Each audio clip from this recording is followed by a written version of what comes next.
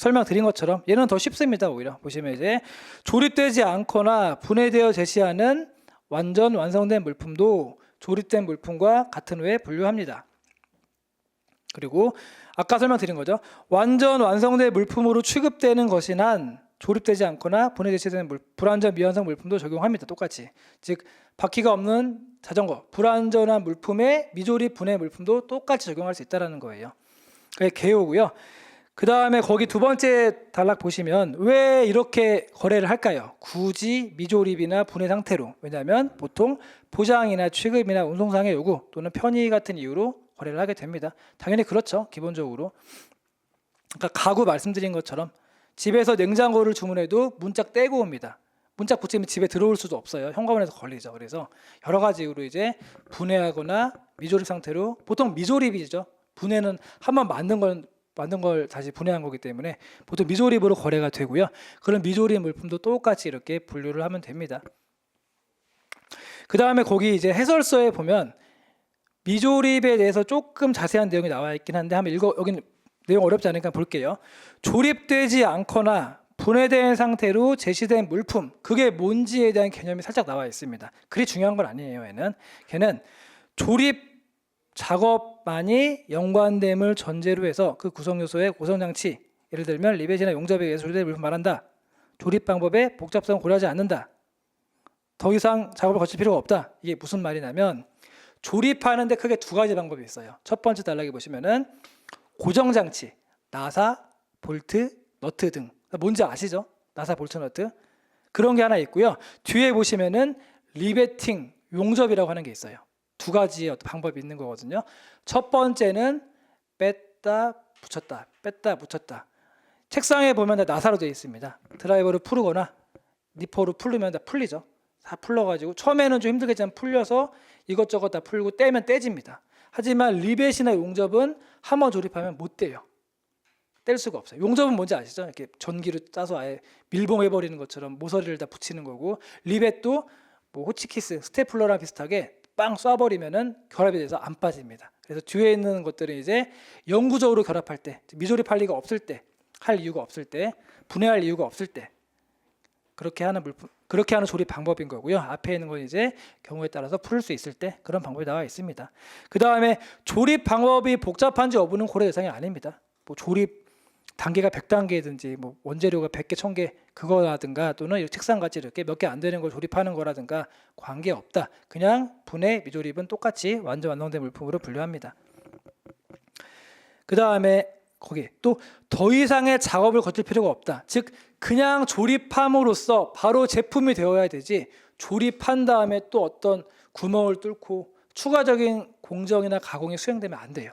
그 상태로 바로 사용할 수 있어야 됩니다. 그런 것들이 분해 미조립이라고 하는 거다라고 개념을 다시 한번 설명하고 있는 내용이에요. 그닥 중요한 내용은 아니고요. 그 다음에 중요한 게 그 아래 나와 있어요. 거기가 중요합니다. 완성되었을 때 그 물품이 필요한 수를 초과하는 어떤 물품에 조립되지 않는 구성 요소는 별도로 분류해야 된다. 여기는 아주 중요합니다. 이게 무슨 말이냐면, 계속 자전거로 설명합니다.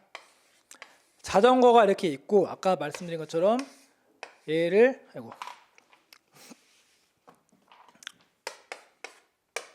분해해서 수입을 했습니다. 그런데 해외 판매자가 너네 많이 사니까 또 바퀴가 잘 터지잖아. 서비스 하나 더 준 거예요. 바퀴 3개 들어왔어요. 그러면 얘를 분류할 때 자전거는 바퀴 2개인데 어떻게 다 같이 분류하나요?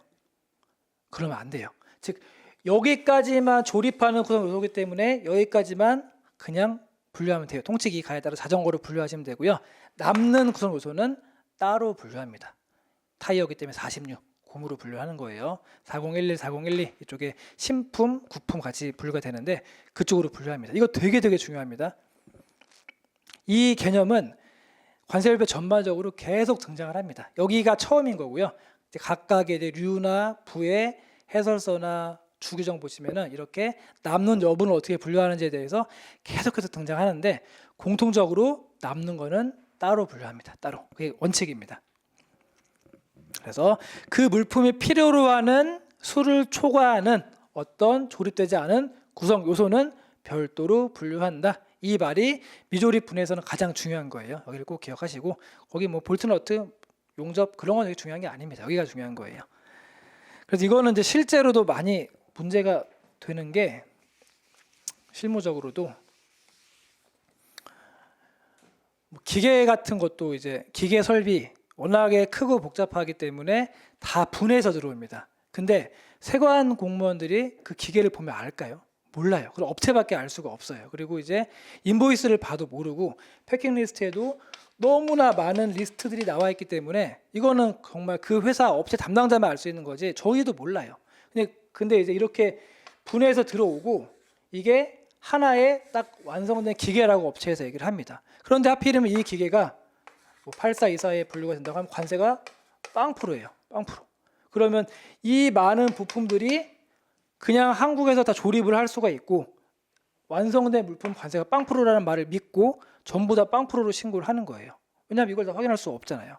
근데 나중에 이제 세관에서 조사를 나가서 봤더니 이만큼은 스페어 파트, 여분인 거라는 거죠. 즉 더 준 거예요. 업체 저쪽 수출자가.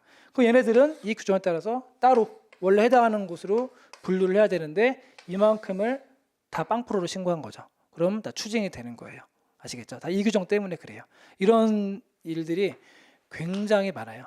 통관 단계에서 알 수가 없어요. 그래서 그냥 업체한테 물어보고 이메일 보내고 이제 근거자료 남긴 다음에 그냥 다 하나의 물품으로 신고를 하고 재수가 없으면 이제 이 관세 조사에 심사에 걸려서 소명을 하지 못하면 다 추징을 당합니다. 그래서 실제 우리 관세 행정은 선통관 후 심사예요. 관세법 때 배워요. 선통관. 왜냐하면 물건 들어오는 걸 다 그때 심사하면 적체가 돼서 해외 직구 한 번 하면 물건 오는데 한 달 넘게 걸려요. 한국 도착해서. 그렇기 때문에 일단 통과 다 통과해주고 신고한 대로 인정해줍니다. 엔간한 건 진짜 엔간한 건 신고 나쁘잖아요. 신고한 대로 그대로 인정해주고 0%로 신고하면 세금 안 내요. 0% 들어갑니다.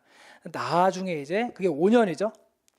관세법 때 다 배우는데 관세 부과권의 제척 기간 5년입니다. 5년 동안은 세관에서 한번 부과한 거에 대해서 통과한 거에 대해서 심사할 수 있는 권한을 갖는 거예요. 그래서 5년 동안 딱 보고 있다가 날 잡고 그동안 수입한 거 다 조사합니다. 근데 그때 이렇게 걸리면은 큰일 나죠. 막 몇 억씩 추징 나가고 큰 업체들 그런 일이 생기고 또 문제는 업체는 이미 이 물품에 세금이 없는 걸로 원가 반영해서 다 팔아버렸어요. 근데 나중에 세금 내래요. 그러면 이건 100% 손실. 그래서 되게 이거는 위험하기도 하고 관세자들도 이런 거 품목 분류할 때 통관할 때 조심해야 되는데 솔직히 이것까지 볼 여력은 없어요. 다른 것도 바빠 죽겠는데 언제 이걸 다 따지나요? 그냥 그 대신에 이제 근거를 남기죠. 물어봤거나 분명 다 남는 거 없다고 답장이 왔으니 그거 믿고 신고하는 거죠. 나중에 이제 문제 생기면 물어봤는데 이렇게 답변을 주셨습니다. 저희는 이대로 신고한 거라서 우리는 빠져나갈 수가 있는 거죠. 이렇게 항상 근거를 남겨야 되고 영리하게 하셔야 됩니다. 영리하게. 내가 책임지면 안 돼요. 다 책임은 너의 탓. 나는 그냥 준 대로 신고한 것밖에 없다. 잘한 건 내 탓. 못한 건 너희 탓. 이렇게 우리끼리 얘기지만 이렇게 하셔야 됩니다.